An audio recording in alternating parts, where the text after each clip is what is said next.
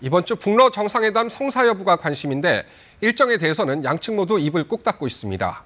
당초 어제쯤 김정은 위원장이 러시아 블라디보스토크에 도착할 거란 관측도 있었는데 어제 평양에서 촬영한 김 위원장의 기념사진을 북한 관영 매체들이 일제히 공개했습니다. 양민철 기자의 보도입니다. 북한 관영 매체들은 김정은 위원장이 어제 정권 수립 75주년 기념 민방위 무력 열병식 참가자들과 평양 김일성 광장에서 기념사진을 촬영했다고 보도했습니다. 북한의 민방위에 해당하는 노농적기군 사령관인 오일정 노동당 중앙위원회 부장 등이 김 위원장을 맞았습니다. 김 위원장은 이 자리에서 온 나라 인민이 한 손에는 총, 다른 한 손엔 망치와 낫과 붓을 틀어쥐고 혁명의 전치물을 수호해야 한다고 강조했는데 이 망치와 낫, 붓은 노동당의 상징으로 각각 노동자, 농민, 지식인 계층을 의미합니다. 장엄한 열병식은 진정한 인민공화국의 창건과 영광스러운 발전사를 경기 높이 떠올린 일대 장가라. 앞서 김 위원장이 북러 정상회담을 위해 이르면 어제 평양에서 전용 열차를 타고 러시아 블라디보스토크로 향할 것이란 관측이 나온 바 있습니다. 푸틴 러시아 대통령이 내일 동방경제포럼 참석차 블라디보스토크에 방문하는 만큼 하루 전인 오늘까지는 김 위원장도 현지에 도착할 것으로 예상됐기 때문입니다. 하지만 북한 매체의 보도대로라면 김 위원장은 최소 어제 기념사진 촬영 때까진 평양에 머무른 것으로 보입니다.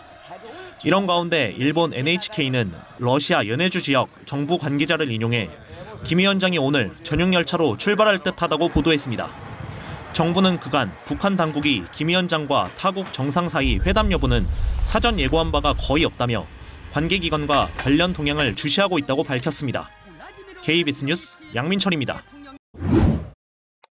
북한 김정은 위원장과 러시아 푸틴 대통령이 동방경제포럼 행사를 계기로 만날 가능성이 있었습니다. 하지만 이 행사가 어제 개막을 했었는데요. 회담 개최 여부는 물론이고 참석할 것이라던 북한 대표단의 명단도 알려지지가 않은 상태입니다. 블라디보스토크 현지에서 조빈나 특파원이 보도합니다. 동방경제포럼이 열리는 블라디보스토크 루스키 섬. 육지와 연결되는 다리를 건너자 경찰들이 일정 간격으로 배치돼 있습니다. 드론 비행은 금지됐고 행사장 출입 전 검색도 받아야 합니다. 포럼이 시작됐지만 러시아와 북한 모두 북러 정상회담에 대해서는 언급하지 않고 있습니다. 연해주 정부는 북한 대표단이 행사에 참석한다고 예고했었지만 다른 국가와는 달리 참가자 명단조차 공개되지 않았습니다.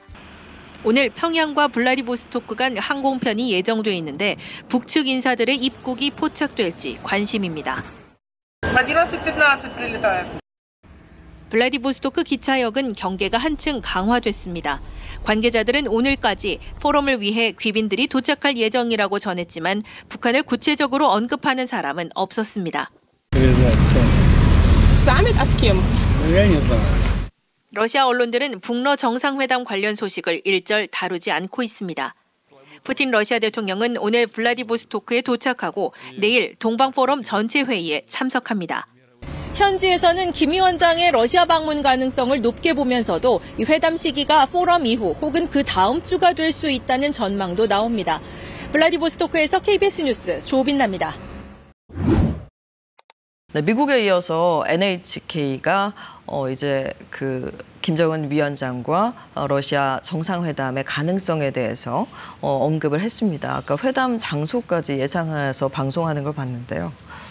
회담 장소는 이제 블라디보스토크 네. 매년 열리니까 이제 그렇게 네. 예측을 했고 앞서 이제 도쿄 특파원이 전해드린 게 미국 언론하고 일본 NHK 이제 보도를 소개했는데 일본 NHK 같은 경우가 이제 러시아 정부 관리 등을 인용해가지고 북러 정상회담이 조율되고 있다 이렇게 보도를 했거든요. 근데 그 일본 언론들은 사실 북한, 중국, 러시아에 대한 정보력이 굉장히 많습니다.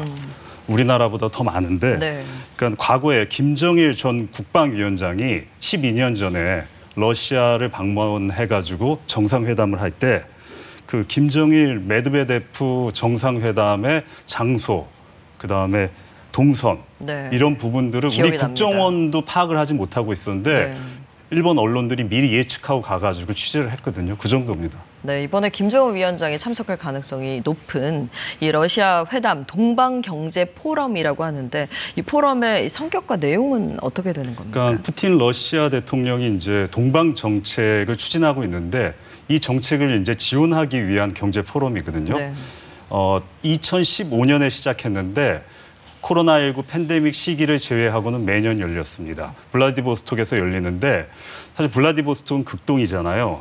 근데 러시아의 정치와 경제는 이제 서쪽에 몰려 있거든요. 그래서 그 정치 경제 역량을 동쪽으로 분산한다는 차원, 또 이제 러시아가 중심이 돼서 동아시아 국가들의 경제적 협력을 이끈다는 그런 목적으로 이제 추진이 되어 왔습니다. 중국과 일본뿐만 아니라 미얀마, 몽고, 북한도 이제 참석을 해왔는데 우리나라도 참석을 했었죠. 2016년도에는 당시 박근혜 대통령이 일본 아베 총리 이렇게 같이 참석을 했고요. 네. 2017년에는 그 50개 나라가 참여를 했는데 당시 문재인 대통령이 참석을 했습니다. 그러니까 러시아 우크라이나 전쟁 영향으로 올해는 이제 참가국들이 적을 것 같은데 만약에 김정은 위원장이 이번에 참석하면은 북한 국가 원수로는 처음으로 이제 참석하는 셈이 되는 겁니다. 네. 만약에 이제 북한과 러시아 정상이 만나게 된다면 얼마 전에 한미일 공조를 아주 단단하게 했던 그런 협력에 맞대응하는 성격으로 아무래도 또 러시아에 무기를 지원할 수 있는 그 가능성에 대해 관심이 모아지고 있지 않습니까? 그러니까 한미일이 이제 군사 협력을 강화하니까 이쪽에서도 이제 강화를 하는 건데.